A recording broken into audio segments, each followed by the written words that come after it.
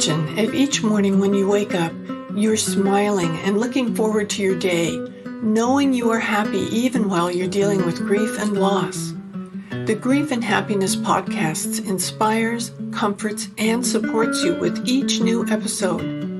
I'm Emily Threat, welcoming you to explore with me your life of endless possibilities.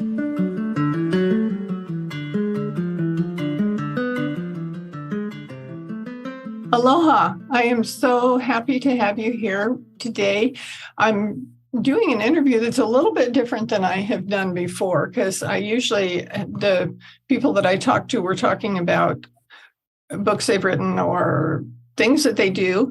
But with our guest today, she actually wrote a novel, and it has a lot to do with grief and things that have happened in the novel. It's really powerful. And I liked it so much, I thought it was important to share. So I welcome today Krishma Arora. And could you introduce yourself, Krishma? Hi, thank you for having me here today, Emily. My name is Krishma, and I'm the author of From Ash to Ashes, which is the novel that Emily was just referring to. And I am an author, but I am also a teacher. I have taught high school social studies for about 11 years. I'm also a mom of 4 kids and a wife. And I also write poetry. Oftentimes I post it on my Instagram. And so I find that writing is definitely a channel, an outlet for my emotions. So. Oh, that's great. Yes, this is her book, and one of the things I like about it is people tend to learn things about their culture and things that they're familiar with and they know, and this gives you a whole look into a different world for a lot of the people who are reading it. So I like that. I like to see it's rich. You can just visualize what you write when I'm reading it. I can see the colors and the clothes and the traditions and all the things that you introduced us to in the family in the book, that you really paint a picture with your writing in a way that I really enjoyed it to see all that. And it was so tragic, and it had so many different issues in it that made it compelling to read. It was one that wasn't easy to put down, because I wanted to see what was going to happen next. So you're welcome. Can you tell us what inspired you to write this book? Yes, so I actually never intended to write a novel ever. I started writing this book 17, almost 18 years ago, after the death of my first child, my son, Kabir, who I actually dedicated the book to. And I started writing as a way of channeling all the grief and the emotions that I was feeling at the time. So I sort of, just as a sort of a mental therapy, as a self-healing process for myself, I started writing a story about a family who also experienced a loss. And this way I could sort of, displace all my feelings and emotions on the characters instead of having to deal with it all by myself. In a way, I was sort of sharing it. So that is why I started writing it. I never intended for it to become a finished a novel or even finish it. And definitely I never saw it ever being published, but, here we are now. That's so wonderful. I'm glad you did publish it, because it's a good book to be out there. Is this your culture you were writing about, or? Yes. So there's definitely some similarities between the characters and the family in the book and myself. I am also a Sikh immigrant, just like the characters in my story. They follow Sikhism as their religion. They've come from India. They're immigrants in America. And, I'm the same. I was not born here. I came here about the same year as the protagonist in my story, Mira, she comes at the age of 5, and I came at the age of 4.5 to 5 as well. So yeah, there's definitely those parallels.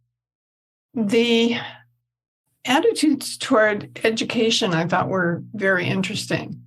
Mm-hmm. I teach at the university level, and the university where I teach has such a variety of cultures in the classes that I teach. Mm-hmm. It was really kind of surprising to me. I didn't anticipate that when I first started teaching, and found that I had a challenge finding things because I teach writing.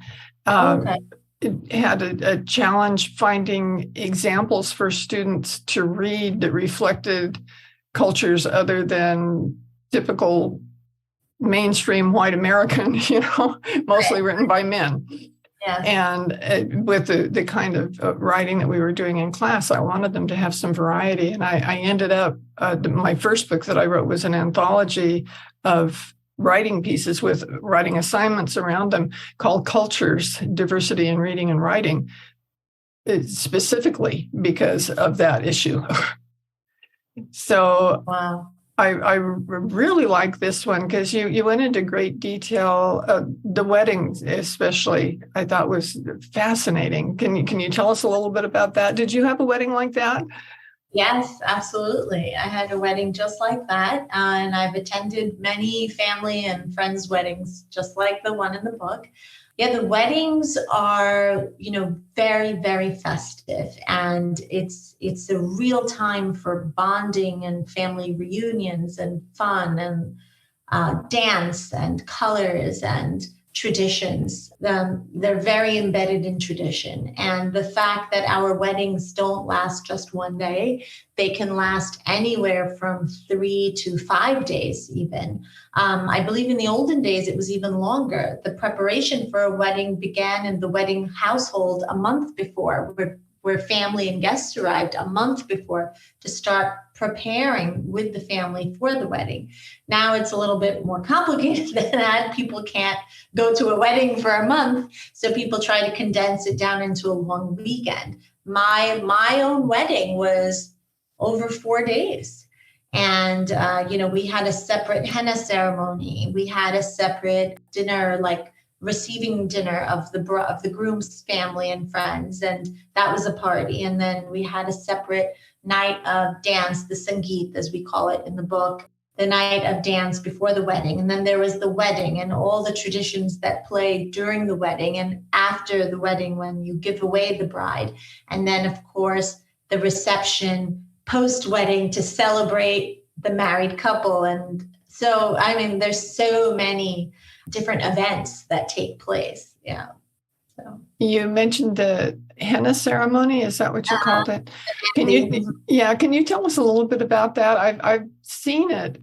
I had a friend who was in a graduate journalism program who actually got to go. I think she went to Pakistan for a wedding that she had interviewed somebody in the family at the university where she was, and to write about the culture. And they said, well, it would be really cool if you came to a wedding. And she said, sure, I can do that. And they said, it's in Pakistan. So she went there, and that one took almost a week. The wedding took almost a week. And so she was telling us all about the henna and the henna ceremonies, because I've had henna done just for fun when I went to a retreat once they were doing it. I love it. I think it's beautiful. So can you tell us a little bit about the significance of that and what it is? Yeah, so the henna signifies, it's like sort of like the color is the color of the bride. Our brides don't wear white, right? We don't wear a white dress. In fact, white is something that's worn, is the color of death, what we wear at a funeral. So, but the wedding is always full of color, and the bride should usually be, traditionally would be in red or some sort of color off of red, like a maroon or I personally wore a pink, because I had a summer wedding. And so it's like an offshoot of red, but it's always a color for the bride. And the henna, the color of the henna symbolizes, I guess, the transformation of, a young, innocent, unmarried virgin girl to a married woman. That's sort of the sign. But it's not just reserved only for the bride. Even the groom gets usually some dot or some form of henna as sort of like, we call it a shagun. A shagun is often like sort of a token, like a token blessing, of the wedding, of the marriage. And then all the bride's family, all the women partake in the henna ceremony with the bride, because it's sort of, they're all sharing this same token of good color, good fortune of the bride and the wedding and the marriage. And so they're in the scene in the novel is when they do all these different things to keep the henna darker so that it dries darker and the color comes out deeper, because the deeper, and there's so much folklore around henna and the significance and meaning of it. So the bride who has the darker, deeper henna, it signifies that she will have a great love with her husband, or she will have a great love and good relationship with her in-laws, with her mother-in-law in particular. So there's so much folklore around it, because you have to remember that when all this was created, the brides didn't know their husbands. There were often arranged marriages. So it was sort of like almost like a sign before the wedding of what her life in marriage would be like. And so, you see all the other girls, the younger girls, running to put oil over a hot stove to heat up the pigment into the skin so that their henna would also come out darker, so that their future husbands would also love them. And so there's this, it's almost like it's a fun tradition that, women can bond over. I love that. I just think it's beautiful to start off with, but the bonding is really nice, where it's something that you can actually see that ties the people together. And you mentioned arranged marriages, and there was an arranged marriage in the book. Is that something that's done all the time still, or sometimes, or how does it work? Well, arranged marriages have sort of evolved in Indian culture. When my parents got married, they didn't actually meet each other. The uncle or the parents, my mother's father met my dad's uncle, who brought the rishta, as it's known in the book, which means the family, the connection, the relationship, the possible potential marriage, to my mother's father. And they discussed who the family was. What did the boy do? What did the girl do? Meaning, what do they study, and what is their profession? Where do they live? What's their family like? Do we know them through this and that? So there's that. And then there's a photograph. And basically, my dad was given a photograph. Before my dad was given the photograph of my mom, his mother saw it. And whether she had to approve it first before even my dad saw it. And then my grandfather, my mother's father, showed a picture of my dad. But then there was like, oh, okay, there was no yes or no at this point. Then they met at a communal regular wedding. And from a distance, my dad was shown, that's the girl, the one that's like 500 feet away, that one over there between the other girls in that color. So she's the one that they're bringing your proposal. And so this is how my parents were married. My mother was given a say. I think my grandfather was very revolutionary in his time, because he did say to my mother, I know you've graduated college and now you're ready for marriage, but if there was ever a boy that you liked in college, or there was ever somebody that you know and that you liked and you wanted to marry instead, this would be the time to tell me. And my mother said, no, there isn't. And she accepted whatever proposal her parents brought her. So, but the fact that he offered it to her was a very big thing, because usually there wasn't a say,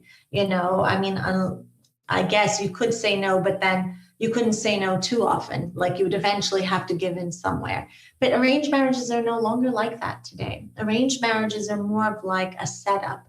So I know somebody, for example, the way my brother got married was sort of arranged. A friend of my dad, who was also a common friend of my sister-in-law's late father who had passed away, knew that both families were looking for someone, and they had a daughter and a son about the same age and comparable. And so my brother met her at a Starbucks coffee, and they had a coffee and they liked each other. They exchanged numbers. They went on a few dates and they started talking every day, and they got to know each other. And then they decided within like 3, 4 to 6 months, the family was like, okay, now you got to tell us, you want to get married? And so they said yes. And then they got engaged, and a year later they got married. So that's really arranged marriage in most circles, at least that in society. But it also depends, like, which demographic are we discussing? How educated are these families? Where are you really from? Are you a city person in the United States? Or are you living in a rural village in India where arranged marriages still unfortunately happen against some women's will? It's varied, but it has evolved. And that's interesting, because when I was reading about the one kind of sad arranged marriage in the book, I was thinking, I wish there were a way that she didn't have to have that experience. Yeah, that she could have escaped it. But in her experience was very specific, because she could have had a set-up marriage, but in her case, she didn't have that choice anymore, because now she was in a way tainted. Her reputation had been marked, and she could not escape the consequences of society labeling her in a certain way. So that was sort of her only way out, even though she didn't want to take that route. Wow, it was so sad. Really sad. And that kind of brings me to grief, that there is death in the book, but that's not the only kind of grief there is in the book. Can you talk about the different kinds of grief and how they affected the people? Was it life-changing? Just talk about that, please. Mm-hmm. Yeah, so I wanted to talk about how loss sometimes is not only from a death. Mm-hmm. Loss can take so many forms.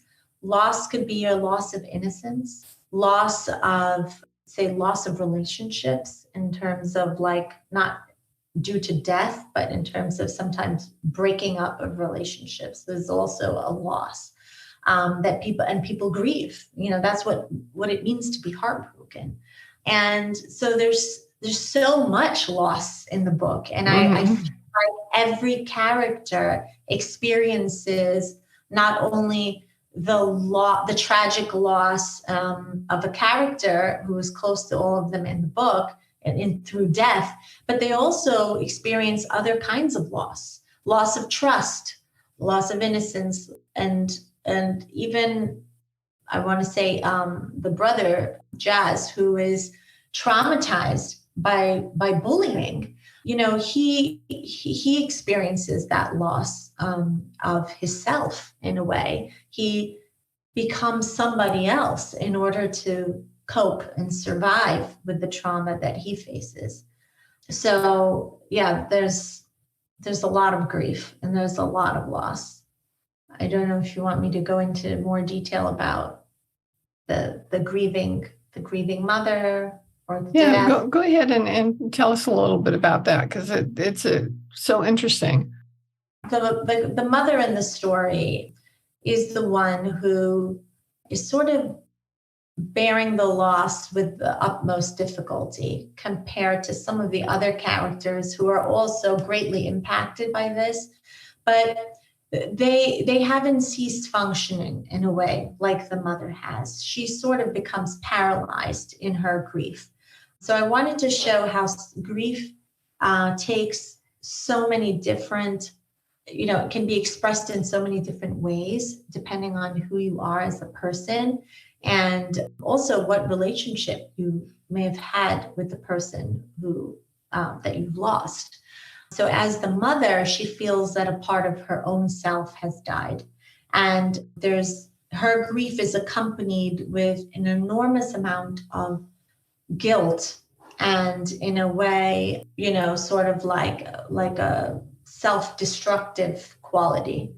she doesn't want to enjoy anything. She feels that she doesn't deserve anything that she ever enjoyed in the past. There's that sentence about, even if it was just a simple cup of English tea, which was something that, she loved and always had, she wouldn't let herself savor it or enjoy it because she felt that, she couldn't. It would be wrong to, that she should be suffering instead of surviving, or trying to find the silver lining in everything. She wasn't positive. She was lost in the negativity of it. The thing that I was picking up on, and a lot of it, was the loss of being able to make decisions for yourself. Mm-hmm. That it was either tradition or someone else who had the right or authority to tell you that this is how it had to be. And that seemed like such a significant loss.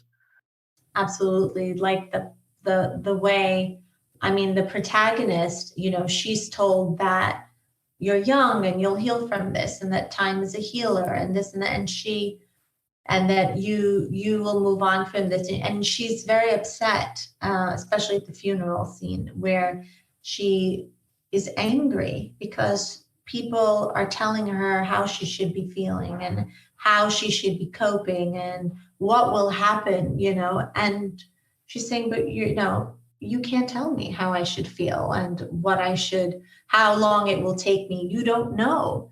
And who are you to say? Because you don't feel the loss I feel. So that's really interesting, because in the work that I do, I talk to so many different people who are grieving and in different spots in their grieving when I'm talking to them. And so many times people feel like they need to tell the person who's grieving what to do, whether they even know them, whether they're close to them or not, or if they are close or they're a relative or something, they feel that they have the authority to do that too. And I don't think they're really thinking about it. I think they think they're helping, but it can lead to really sad things. That how we communicate in situations with loss and grief is so important. Mm-hmm. It is. And she does say that they probably people say things when they don't know what to say. Mm-hmm. And I think that's a universal thing. I think it may be more so in some cultures than others, but it seems like everybody is saying those things. I have a colleague, another person who has a podcast and writes books, and he just wrote a book about the stupid things people say to someone who's grieving.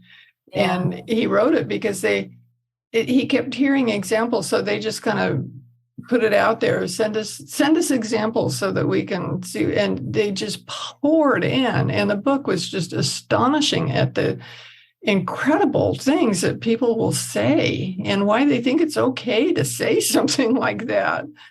I kept thinking, how would you feel if somebody said that to you? You've been saying it to other people, but what if somebody said that to you? How would you handle it? So, yeah, well, that's right. And in the story, you see that she makes it very clear how other people can sympathize, but they can't really empathize until they, have to go through they experience something like that themselves, and how even the people who are going through it, even the family who's going through the grieving, how they're all grieving so very differently in their own way, and how oftentimes there's a lot of tension between them because they're almost expecting to grieve the same way, and they're not even open and appreciative of the other, because grieving is so what they don't realize is grieving is so personal that you can't expect the other person to even do the same that you're doing. It doesn't mean they're not grieving.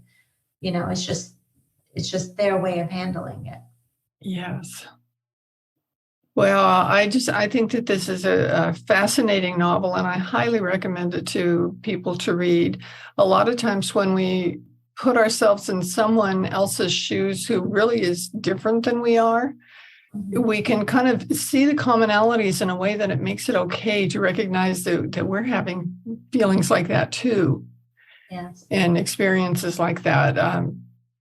I think that's an important thing to look for. So I really appreciate you sharing all this with us. It's such it was fascinating to me. So I'm glad you wrote the book, and I'm glad it's out there available for people to be able to read it. And in the show notes for this podcast, you'll be able to have links so that you can get what you want, get the book and have access to Krishma. So thank you very much for being my guest today. This was just fascinating. Thank you so much, Emily. I really enjoyed talking with you. And thanks for having me on the show. Oh, my pleasure. And to our guests, be sure to come back next week. We'll have more interesting things to talk about. Every week we have somebody new to explore our thoughts and feelings about grief and happiness. So I look forward to seeing you all again, and thank you for listening today. Do you want more comfort, support, and happiness? Join the Grief and Happiness Alliance. Visit my website at lovingandlivingyourwaythroughgrief.com and read my book, Loving and Living Your Way Through Grief. Be sure to subscribe to our podcast, rate it, review it, and binge on all our episodes on grief and happiness. I can't wait to welcome you back to another episode